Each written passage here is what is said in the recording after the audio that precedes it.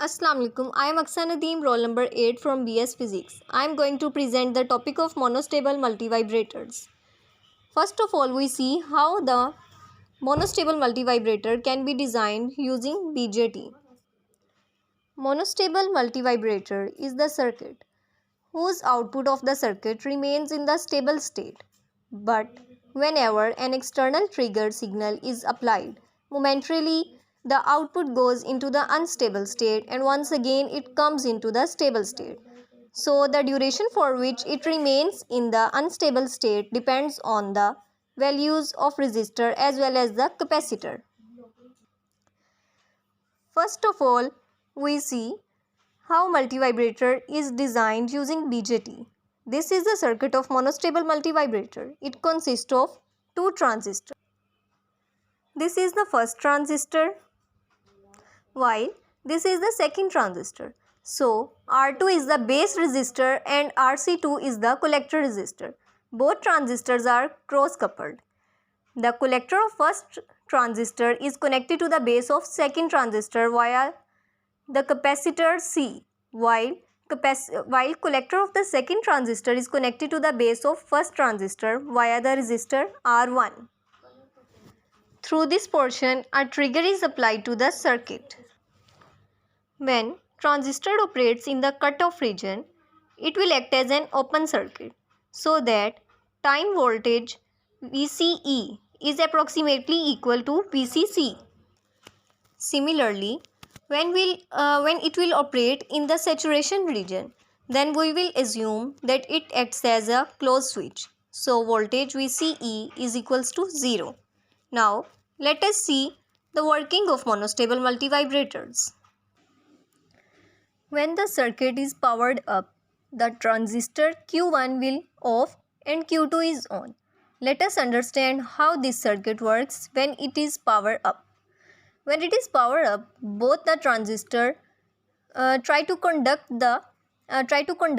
but collector of Q2 is connected to the base of Q1 via the resistor R1.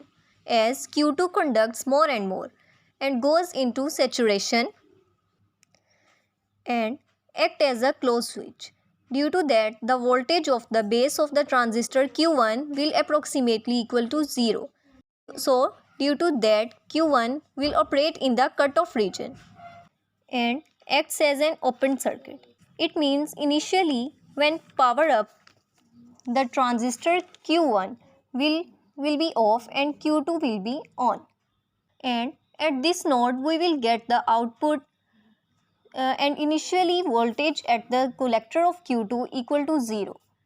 And voltage at collector of Q2 is approximately VCC, and this is the stable state of monostable multivibrator and the output will be low.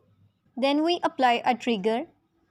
The output goes to the unstable state momentarily and then after it comes back into the stable state. Now let us see when we apply this trigger how this circuit works. As in stable state, Q2 is on and Q2 is on and Q2 is off. In this condition, the capacitor C changes through this path. And here, as the transistor Q2 is on, so the voltage between the base and emitter terminal is 0.7 volt. That means in the stable state, capacitor C charge through the voltage VCC minus VBE. Now, in this situation, a very narrow trigger impulse is readily available through the R1. It can directly be applied to the base of Q1. But if it is not available, so a pulse of any finite duration can be applied to the circuit. So this circuit is basically a differentiator circuit. It means that if we apply pulse to it, then it detects the rising and falling edges of the pulse. When it passes through the diode, we take only its positive edge. So we get a very narrow pulse at the base of Q1 and it will go into the saturation. Due to that, it acts as a short circuit. So now left side of the capacitor is grounded.